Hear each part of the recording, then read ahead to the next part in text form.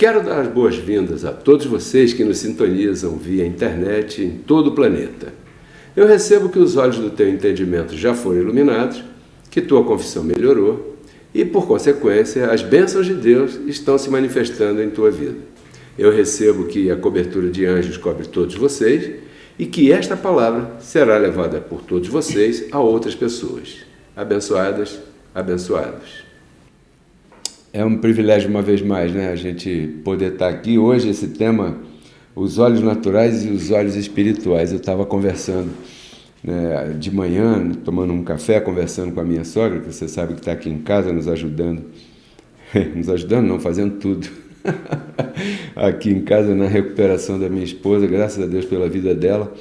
E a gente estava compartilhando sobre a graça e eu estava dizendo para ela que aonde tem carne, aonde a carne está, não tem mudança. Por quê? Porque cada vez que o Espírito se levanta para fazer aquilo que agrada a Deus, tanto mais a carne se levanta igualmente, da mesma maneira, com a mesma intensidade, para impedi-lo. Então eu lembro que eu citei aqui um verso tremendo que eu... na conversa que ela me perguntou por que eu pensava assim, por que eu falava dessa maneira, e eu estava mostrando aqui para ela, claro, conversando, né, tomando café, não estava com Bíblia na mão, mas os versos a gente tem na mente. Gálatas 5:17. Eu quero chamar a atenção, estou lendo a Bíblia aqui, tem gente aí que diz que eu não pego na Bíblia. Aqui, Gálatas 5:17 fala assim, preste atenção nisso, é bom você prestar atenção. Por quê? Porque o nosso espírito de fé, ele deve acompanhar o que está escrito. É conforme o que está escrito. Cri, por isso falei. Nós cremos, por isso falamos. Agora, nós cremos, por isso falamos, mas nós cremos no que está no Evangelho escrito. Eu não posso crer naquilo que não está no Evangelho, porque aí não é o mesmo espírito de fé, me entendeu? Depois eu vou achar esse verso e vamos aí mastigar. Mas Gálatas 5:17 diz assim, está escrito assim, porque o desejo da carne é contra o espírito. Isso a gente já sabe. E também a gente já sabe que o desejo do espírito é contra a carne. Duas coisas a gente já sabe.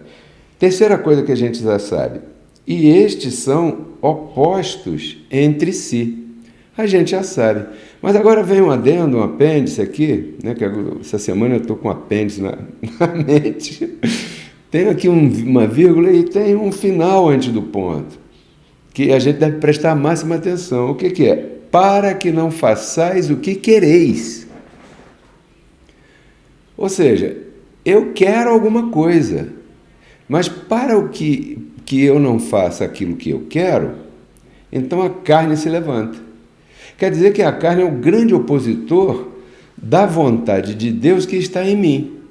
Se você vai aqui a Romanos capítulo 7 e vê o discurso do apóstolo Paulo, esse discurso aqui é um discurso teológico de vida tremendo, ele fala aqui umas coisas, quer ver? Olha só, ele diz aqui, quando eu quero fazer o bem, né, encontro nos meus membros uma outra lei que guerreia contra a lei que está na minha mente.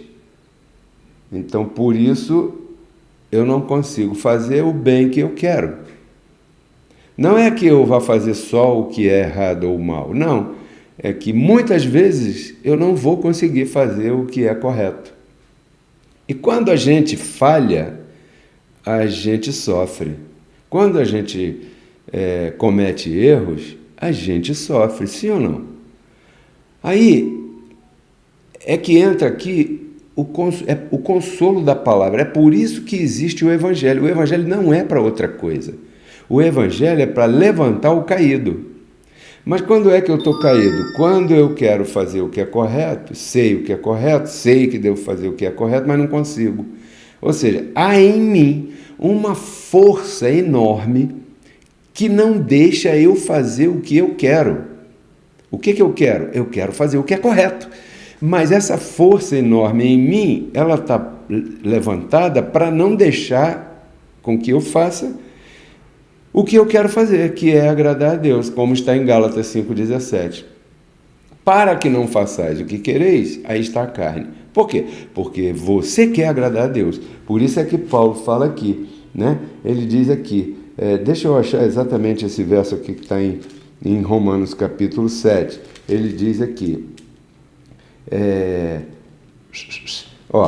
porque segundo o homem interior, Romanos 7, 22, eu me deleito na lei de Deus, mas eu vejo outra lei em meus membros, que se rebela contra a lei da minha mente.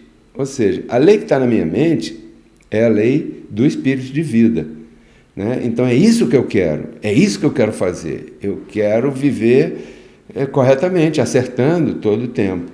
Mas aí ele diz, mas vejo outra lei em meus membros que se levanta contra essa lei que está na minha mente, que é a lei do Espírito de vida, e que me leva cativo à lei do pecado que está em meus membros. Se você avança aqui, vai até Romanos 8,3, você vê quem foi que colocou essa lei nos nossos membros, né? Então, peraí. Então a gente chega aqui a um comentário. Se Romanos 8,3 diz que foi o próprio Deus que colocou a lei do pecado em meus membros, e essa é a carne, tudo de ruim, está em meus membros. Ela está posta em meus membros para me impedir de fazer aquilo que agrada a Deus. Aí, se você não tiver o Evangelho da Graça ativado na tua mente, você pira. Não pira? Pira. Por quê? Porque, se Deus é tão bom, por que ele fez essa maldade com a gente? Porque isso é uma tremenda maldade, não é verdade?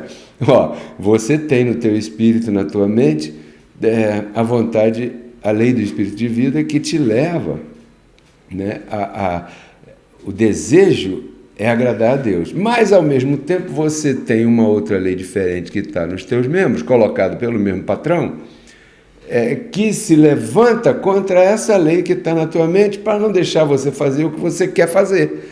Que confusão, cara! Que confusão! Não é? Por isso é que o tema de hoje nasceu, os olhos naturais e os olhos espirituais. Então, você já percebeu que já começamos aqui com essa ministração, né? Nem coloquei a vinheta aqui, mas depois eu coloco e ela entra aí, na edição ela vai entrar. Existem os olhos naturais e existem os olhos do entendimento. Então, eu tenho um olho natural e eu tenho um olho do entendimento espiritual.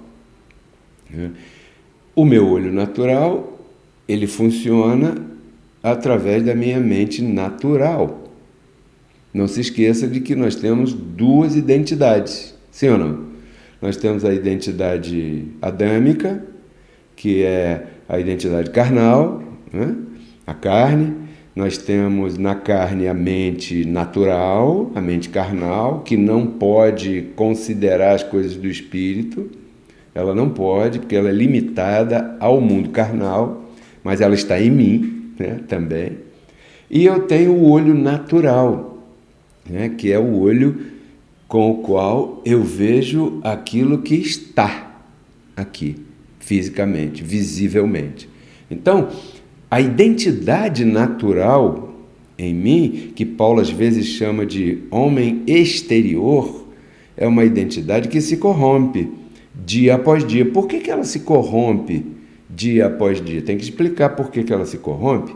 Ela se corrompe porque, primeiro, ela é animal. Ela funciona com a mente animal e ela tem o olho animal. Então, isso cria um ciclo de retroalimentação, entendeu? Você vê as coisas naturais, você cria um conceito natural na tua mente natural e dependendo de quanto tempo você passa se alimentando das coisas naturais, é claro que esse animal vai ter muita força, né? Então é isso que você acaba discursando, comportando, agindo, decidindo pela mente natural.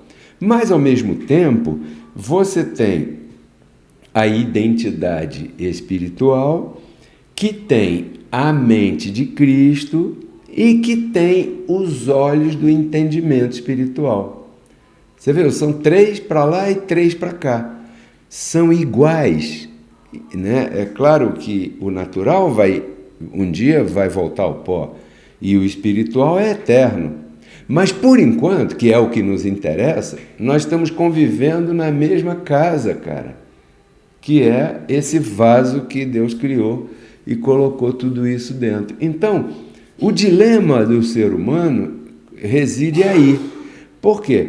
Porque o Filho de Deus, né? Falando do Filho de Deus, esse Filho de Deus, ele tem ao mesmo tempo uma guerra que é na sua mente. A mente de todos nós é como se fosse um grande campo de batalha. E esse campo de batalha, ele é alimentado por aquilo que você dá mais atenção durante o teu dia a dia. Então, esse tipo de alimento é o que vai conformar essa imagem que você tem na tua mente. Por isso é que eu digo aqui, quando você quiser conhecer alguém intimamente, por dentro, o que aquela pessoa está pensando, você escuta o que ela está falando. Então ela vai falar e você vai pintar aí um quadro de como é que anda aquela mente, como é que está aquela pessoa no seu pensamento, o que aquela pessoa está produzindo na sua mente. Então, os olhos naturais e os olhos espirituais é um tema, como eu disse no início, que vai te fazer pensar bastante no que você mesmo já tem ou não. Aqui não existe ninguém mais adiantado e alguém que seja menor no entendimento. Não, aqui cada um tem a sua medida de fé e aqui eu estou falando com todo mundo de uma maneira que todo mundo entenda da mesma maneira e cada um vai dar o seu fruto de acordo com a medida de entendimento que receber. Entendeu? Então, há 2 maneiras de ver as coisas. Eu sou uma pessoa, você é uma pessoa, como eu disse, repito, conformada por essas 2 identidades. Então eu tenho 2 formas de ver as coisas. Para não falar de você, né? Falar de mim. Nós temos 2 maneiras de ver as coisas. Há sempre a maneira natural e há sempre a maneira espiritual, a maneira do entendimento, uma maneira diferente da maneira natural. E isso aqui eu quis chamar de o olho natural e o olho do entendimento espiritual. Vamos dar um exemplo aqui simples, até certo ponto. Alguém está trabalhando e de repente essa pessoa perde o emprego, é demitido. Foi mandado embora, né? Então a pessoa foi demitida do seu emprego. Se essa pessoa olhar esse caso com o olho natural, ela vai chorar. Ela vai ficar desesperada. Imediatamente a carne vai se levantar, vai fazer ela abrir aquela gaveta, pegar aquela pastinha e começar a olhar as faturas, conta de luz, conta de água, conta de celular, cartão de crédito, a prestação do que comprou, o aluguel e não sei o quê. E isso vai criando um certo desespero nessa pessoa, porque essa pessoa está olhando aquela situação com o olho natural, está recebendo isso com a mente natural, e a mente natural ela não pode discernir além do natural, né? Ela não vai entrar no espiritual, então ela vai criar uma imagem mental na vida dessa pessoa, e se essa pessoa ficar mergulhada nesse acontecimento através da mente natural, ela vai sair por aí gritando, chorando, desesperada da vida, porque foi mandada embora. Mas, por outro lado, se essa mesma pessoa, com o mesmo caso de ter sido demitido do seu trabalho, começar a olhar essa situação com o olho espiritual, ela vai pensar diferente. Ela vai pensar assim, peraí. Diz que o Evangelho que toda tribulação é passageira, tá bom. Diz que eu sou levado em triunfo, eu sou conduzido sempre em triunfo em Cristo Jesus. Poxa, mas eu fui mandado embora. Onde é que está o triunfo aí? O triunfo aí é que isso aí serviu para que eu encontre um trabalho mais excelente. Ah, é? É. Porque agora eu tenho tempo de me apresentar naquele tal concurso. Agora vou ter forçosamente um pouco mais de tempo de me preparar para me apresentar naquela vaga que paga um salário melhor. Ou então eu vou ter um pouco mais de tempo para criar o meu próprio negócio, então começar a desenvolver aquilo que eu sempre acreditei que pudesse fazer e que daria certo. Essa é a atitude de pensamento de uma pessoa que está agindo, vendo uma mesma situação, mas dessa vez com o olho do entendimento espiritual. A primeira coisa que ela pensa é no que diz o que está escrito. O que está escrito. O que está escrito é que eu estou sempre em triunfo. Então eu posso estar na caverna com o leão, eu estou em triunfo. Eu posso estar na fornalha com... Lá, eu estou em triunfo. Eu posso estar nesse mundo aí, cheio de carne, que você vê que esse mundo aí, ó, né? Está em trevas mesmo, e esse mundo não... Bom, então eu estou em triunfo dentro dele também. Por quê? Porque primeiro eu vou pensar no que está escrito. Então pode me acontecer o que for? Pode. Tem situações que te entristecem? Claro que tem, e isso é normal. E todo entristecimento traz amadurecimento, e quando você sai lá na frente depois de um tempo, você é outra pessoa diferente, muito mais forte, né?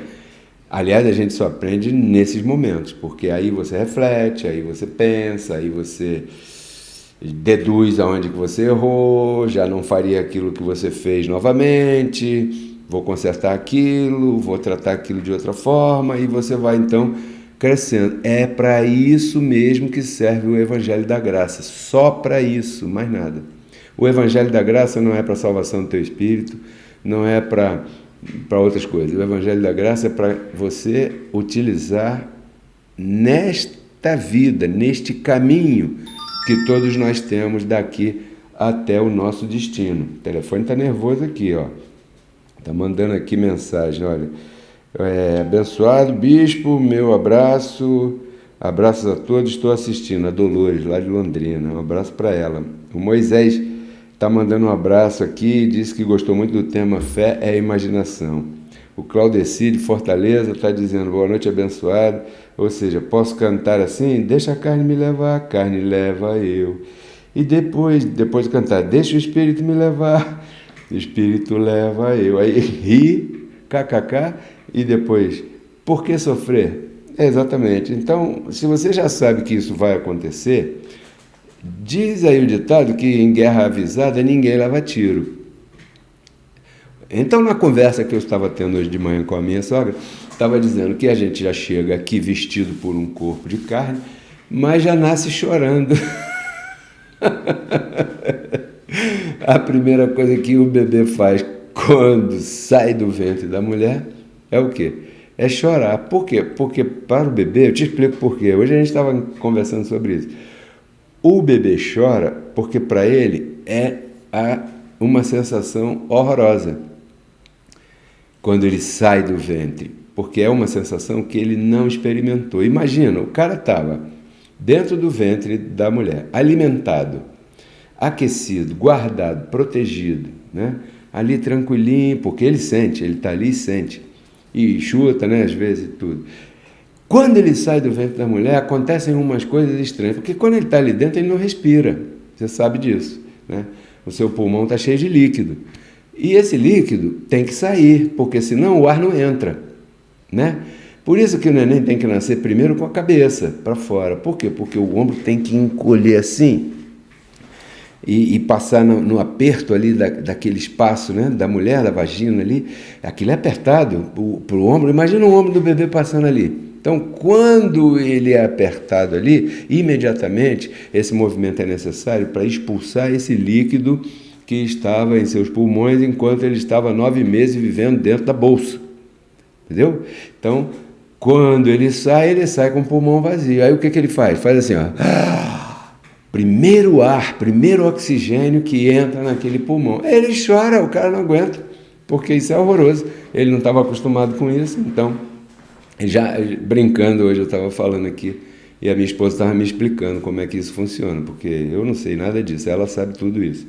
Então ela me explicou por que tem que ser dessa maneira. É uma coisa, o parto tem que ser assim por isso. Deve, né, ser assim por isso, exceto em casos excepcionais. Então, eu estava dizendo, a gente já vem aqui, quando a gente é vestido de carne, abençoado, começa a dor. Né? O parto, aquela confusão toda dentro da barriga, depois sai, depois... Olha só como é que é. Depois tem que usar fralda, o bebê não sabe se limpar, não sabe comer sozinho, não sabe andar sozinho, não sabe ler, não sabe escrever, não sabe falar. Então é um sofrimento do caramba, pro cara... Então, durante esses momentos e depois que fica adulto e sabe tudo isso e termina a escola, supostamente é uma pessoa preparada para a vida, aí que começa o sofrimento. Então, entrou em carne, filho, vai doer, não tem para onde, não tem para onde correr. Então o Evangelho está te preparado para te consolar em meio a isso tudo. Né? Então se você olha para o parto de uma mulher com o olho natural, você fica horrorizado. O parto do meu primeiro filho aqui, o Andrés, eu filmei todinho, desde o começo, desde que a médica passou a canetinha assim para marcar um dia seu corte, teve que ser cesariano o Andrés, e então eu filmei, depois eu vi como é que ele faz, abre aquela pele, abre o músculo, abre não sei o que, corta aqui, corta ali, enfia a mão assim, ajeita o bebê, e não sei o que. Rapaz, se você olha isso aí com o olho natural, isso é tremendo. Se você olha com os olhos espirituais, você vê ali a escada do sonho de Jacó. Não sei se você conhece essa história. Acho que Jacó deitou para dormir e teve um sonho, uma visão, na verdade, que via uma escada muito grande que ligava o céu à terra e os anjos subiam e desciam por essa escada. Aí está, o ventre da mulher, a porta do céu. Isso é a visão do olho do entendimento espiritual. Eu separei aqui um verso alusivo a esse tema, é Efésios capítulo 1, né? Verso 18, diz aqui, ó, iluminando os olhos do teu entendimento, do vosso entendimento, do nosso entendimento, para que saibais, peraí, eu coloquei aqui, ó, presta atenção aí, olha aí na tela, ó, iluminando os olhos do vosso entendimento, para que saibais qual é a esperança a qual ele vos chamou. E quais são as riquezas da glória da sua herança?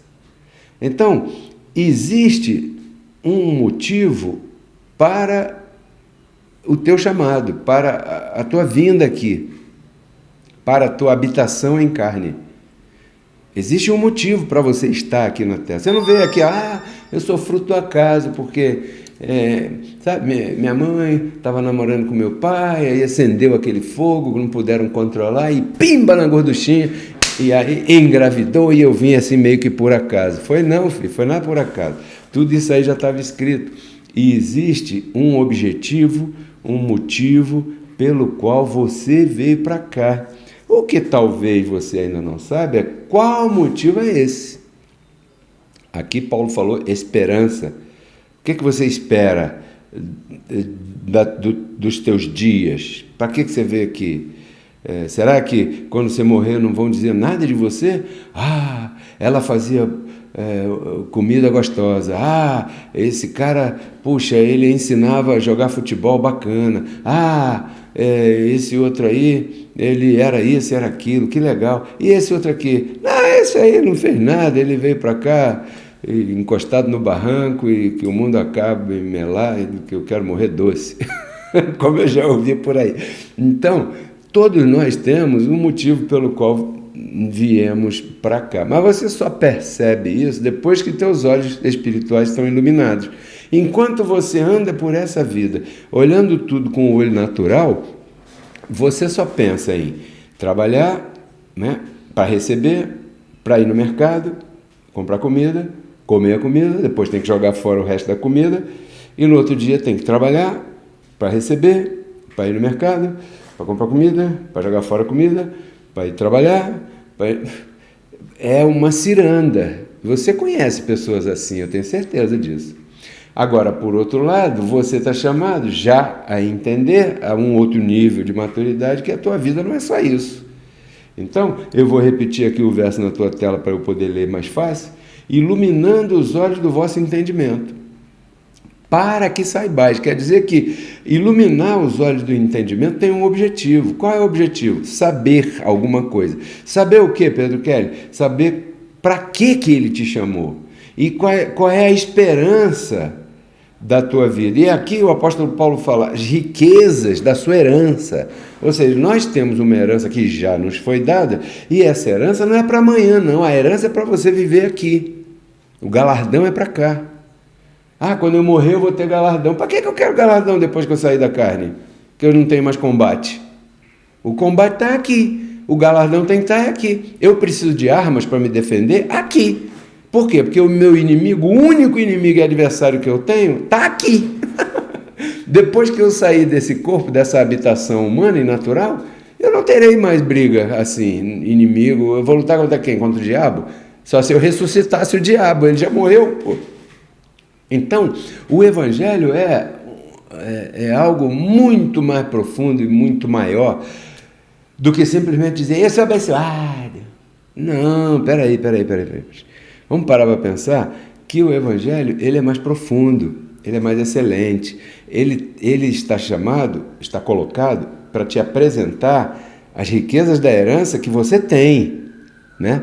Por isso é que Paulo, em Romanos 5,17, falou que existe uma abundância da graça. Sabe o que é abundância? Vamos supor assim, você tem água na tua casa? Tem. O quê? Eu tenho um copo d'água só. Então, você não pode dizer que não tem água. Você tem água, mas é um copo d'água. Beleza. Agora, você tem água na tua casa? Tem. O que você tem? Eu tenho um filtro que jorra água todo o tempo. Então, agora, além de você ter água, você tem abundância de água. Sim ou não? Entendeu? Então, a graça é tudo aquilo que Cristo conquistou ali para nós. Nós fomos predestinados antes da fundação do mundo, isso é graça. Pela fé, graça.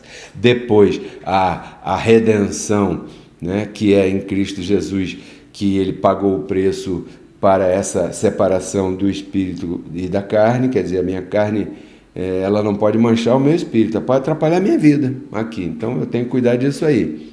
Muito bem. E parou aí. Agora, a abundância da graça é o ensino da graça colocado em prática para te ajudar a viver dias melhores nesse caminho até o dia que você vai chegar no teu pré-destino.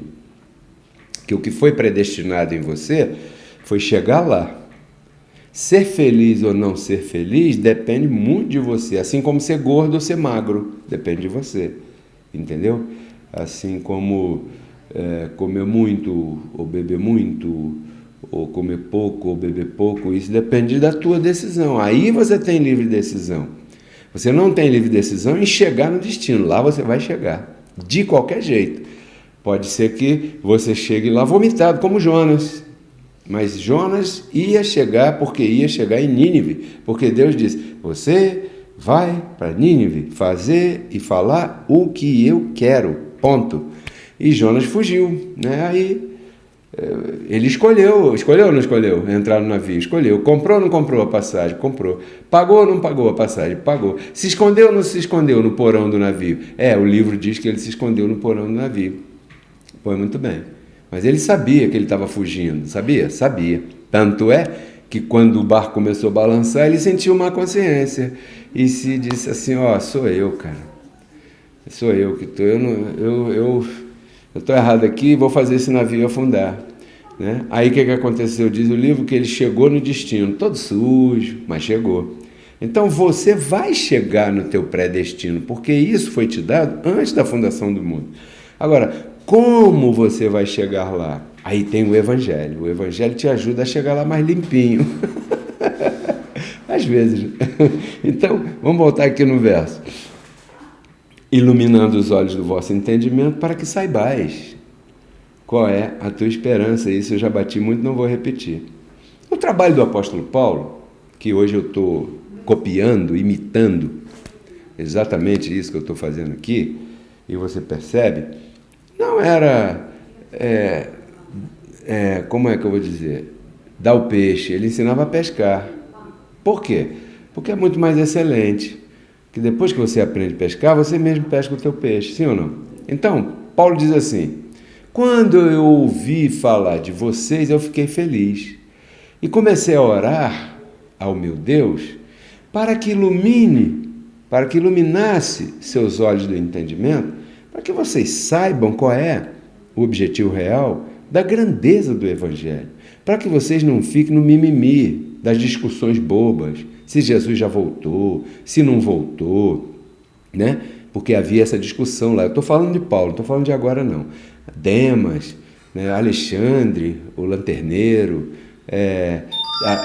vários lá que Paulo fala numa das cartas a Timóteo que causaram muitos males, dizendo que a ressurreição já havia acontecido, que não sei o quê, e um dizia, não, eu não concordo, eu sou de Pedro, eu sou de Paulo, eu sou de Apolo, eu não sou de ninguém, eu sou de Cristo e tudo. Então Paulo dizia assim, olha, peraí, o que me interessa, vamos sair dessa meninice, o que me interessa, porque quando eu era menino eu fazia coisas de menino, eu ficava brigando com todo mundo, porque porque o dízimo, porque a igreja sem parede, porque Jesus já voltou, não voltou, o que você acha, como é que você sabe que fulano é salvo ou não é salvo? São coisas de menino, são questões de meninos do tempo de Paulo, eu não estou falando de agora.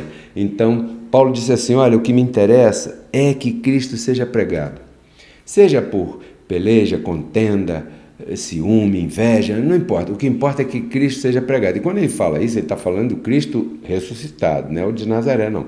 Então, mas aí ele dizia assim, quando eu era menino, eu fazia coisas de menino, ficava brigando com todo mundo, misturado nessas coisinhas aí que tem por aí, sai disso, né? Mas quando eu cheguei a ser grande, eu deixei para lá as coisas de menino, não é? Então, Paulo orava como se dissesse assim, para que Deus, quando ilumine os olhos do entendimento das pessoas que estão me ouvindo, não permita, esses olhos do entendimento iluminados, não permita que elas fiquem nessa coisa rasteira do mimimi, né? Dessa discussão boba que tem por aí. E sim, que elas saibam a excelência do Evangelho, que elas conheçam qual é a sua herança, elas têm direitos. Herança significa herdeiro, herdar. Você tem direito, você é abençoado com o crente Abraão, você tem direito à herança, né? Você tem uma herança aí, e essa herança, você tem que olhar para essa herança com os olhos da fé, os olhos espirituais, não com o olho natural, né? Se você for olhar com o olho natural, babau, não vai rolar não. Mas quando você olha com o olho espiritual, você se sente um Deus. Agora você está entrando no caminho correto. Você se sente... Não, peraí, pode me acontecer o que for, eu sou mais que vencedor. Não está escrito lá atrás que 10 mil do meu lado vão cair, não sei quantos do outro lado, mas eu não serei atingido? Aquele mesmo Deus é esse Deus, só que uma diferença, o pacto agora é superior. Então quer dizer que agora muito menos eu serei atingido, agora eu estou numa novidade de vida, porque agora eu sou conduzido por Cristo Jesus. O chofer do meu carro chama-se Jesus Cristo. E ele mora em mim. Então, eu vou esperar quem voltar, se Jesus mora em mim? Paulo estava falando, quando você entende a grandeza do Evangelho, com meia palavra basta, para você entender e sair de discussões, não precisa de discussões para nada disso. Então, as pessoas ficam brigando, porque na graça não tem contribuição. Tem sim. Se você olhar as cartas do apóstolo Paulo, você vai ver que ele fala, ele agradece. Olha, muito agradecido a vocês, filipenses, porque no princípio do Evangelho vocês enviaram para minha necessidade e para cobrir minhas necessidades, e não foi uma vez só não. Paulo fala assim, uma e outra vez. E não é que tenha sido uma e outra vez só não, era sempre. Porque naquele momento um homem chamado Epafrodito estava levando ao apóstolo Paulo a contribuição dos irmãos para que ele pudesse fazer com que a palavra chegasse a outros lugares. Naquela época não tinha internet, não tinha todo esse investimento que a gente faz aqui para chegar até você, né? Então é claro que tem. E Paulo diz em 2 Coríntios 9,6, aquele que planta em abundância vai colher em abundância. Mas é claro, né? E ele diz isso em todos os lugares. Eu semeio na sua vida coisas espirituais. Então, é justo receber de vocês coisas materiais. Então, saia dessa discussão, melhor, não entre nessa discussão. Aqui eu queria te, como apóstolo agora eu vou falar, como Paulo falou para Timóteo. Timóteo, vários Timóteos que estão me ouvindo, não entre em discussões vãs acerca de questões da lei, que muitos daqueles que as estão colocando não as entendem e que geram muito mais dissensões e confusões do que o progresso do Evangelho. Então, se você deseja colaborar para o progresso do Evangelho, você tem que olhar para todo esse cenário que está à tua volta com os olhos espirituais e procurar se postar de uma maneira mais excelente, para que saibais qual é a esperança que Ele vos chamou, para que andeis do modo digno com o qual Ele vos chamou. Entendeu? Então, sai dessa discussão. Entenda que onde há carne, há essas coisas. E só tem um jeito de você se livrar da carne, e eu acho que você agora não quer esse jeito de se livrar da carne. Então, tem um objetivo muito claro em você ter os olhos do entendimento espiritual iluminado. Quando você alcançar alguém, procure que esse alguém chegue a um outro nível, né? Não simplesmente fique se reunindo para tomar cafezinho e ficar repetindo que sou abençoado, que isso não vai levar a lugar nenhum. Quem não tem os olhos iluminados é como se tivesse controlado pela carne o tempo todo. É como não está controlado pela carne o tempo todo, né? Lembrando que a forma com a qual você vê as coisas cria uma imagem, isso fixa na tua mente. E o que está no teu coração sai pela boca. E o que sai pela boca, eventualmente, é o que se manifesta. E aí, quando se manifesta, os teus olhos naturais veem. E quando os teus olhos naturais veem aquilo, reforça aquela imagem da tua mente. Quando reforça aquela imagem da tua mente, você começa a repetir isso. E isso vira uma ciranda, né? Essa ciranda, sendo criada por algum tempo, cria na tua mente aquilo que Paulo chama de fortaleza. E quando cria uma fortaleza na tua mente, já é um pouco mais difícil romper essa fortaleza. E para romper essa fortaleza, o remédio do apóstolo Paulo são as armas espirituais. Nossas armas não são carnais, elas são poderosas em Deus para destruir essas fortalezas. Mas para que essas dificuldades sejam vencidas, você precisa ouvir. Mas para você ouvir, você tem que se acalmar e sentar e ouvir. E aí, quando você pretende fazer isso, qual é o inimigo que se levanta contra? A carne. Por quê? Para que não façais o que quereis. Então essa é uma briga que você vai ter aí contigo mesmo, durante muito tempo. Espero que você esteja entendendo, né? O que eu estou falando aí. Então eu repeti aqui, esse ciclo aí só é quebrado depois que os olhos do entendimento espiritual estão iluminados e você continua alimentando o teu espírito, ouvindo a palavra e tentando, esforça-te na graça, né? Se esforçando para colocá-la em prática, sabendo que você muitas vezes não conseguirá. Então você não deve se sentir mal, culpado, triste, porque falhou, errou. É a carne, não foi você. Então, esse não é teu problema. O teu trabalho é entender isso e cuidar disso, né? Porque quem colocou você nisso foi o próprio Deus. Então, eu diria que o diabo foi um bom diabo, porque cumpriu o seu propósito, foi obediente. O diabo foi mais obediente do que muito filho de Deus tem por aí. Porque o diabo cumpriu o propósito dele até o fim. Até o fim. E manchou todo mundo lá através de Adão. Bem, eu vou ficar por aqui. Não vou me estender mais, chega, já falei bastante. Gostaria de agradecer a todos vocês pela colaboração, por estarem aqui ligados conosco. Vamos ver aqui o que estão falando. Ó. Amém, perfeito. Joelson fala perfeito. Alcino diz é assim mesmo, pura verdade. E vai por aí. Agora, não quero me livrar da carne, não. Claro, ninguém quer morrer agora, né? Só tem esse jeito aí. Então, abençoado, deixa eu ver por aqui no nosso WhatsApp. Mário Santana, boa noite. Melhor noite, graças por participar. A Lucivanda, melhor noite. Para toda a família, abençoados com todas as bênçãos. Obrigado por participar também. Vou ficar por aqui. Uma vez mais agradeço a todos por participarem. Queria pedir a você que compartilhasse esse link com todos os teus contatos. E eu não quero terminar sem antes agradecer a você que tem semeado aqui no Ministério Reconciliados com Cristo. Receba abundantemente mais na sua vida. Declaro a sua vida em prosperidade constante, em abundância. Declaro que nunca falte na tua vida o suficiente para você viver hoje.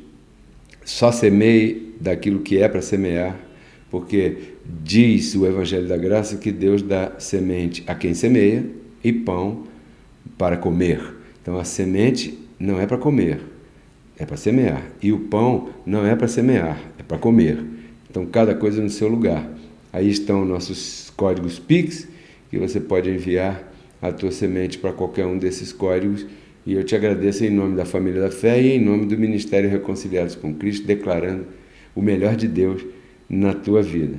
Tá bom? Domingo, ao vivo, 10h30 da manhã, com um tema, eu não vou adiantar o título, mas um precioso tema que vai renovar a tua mente e vai te ajudar a transformar a tua vida. Tá bom, abençoado? Inscreva-se no canal, Instagram, Pedro Kelly, Facebook, Pedro Kelly, YouTube, Pedro Kelly RCC. Tomara que você pense em tudo que foi dito hoje e coloque em prática, porque tudo isso eu estou aqui compartilhando contigo para você renovar a tua mente. Você renovar a tua mente e transformar a tua vida. Até lá.